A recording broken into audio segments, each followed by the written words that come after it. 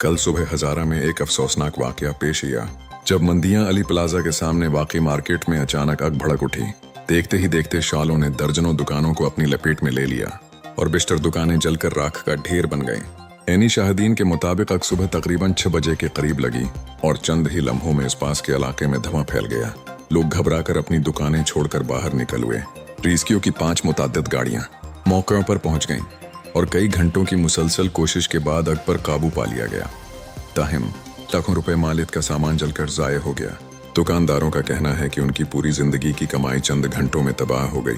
इब्तिदाई इत्तलाआत के मुताबिक आग लगने की वजह शॉर्ट सर्किट बताई जा रही है।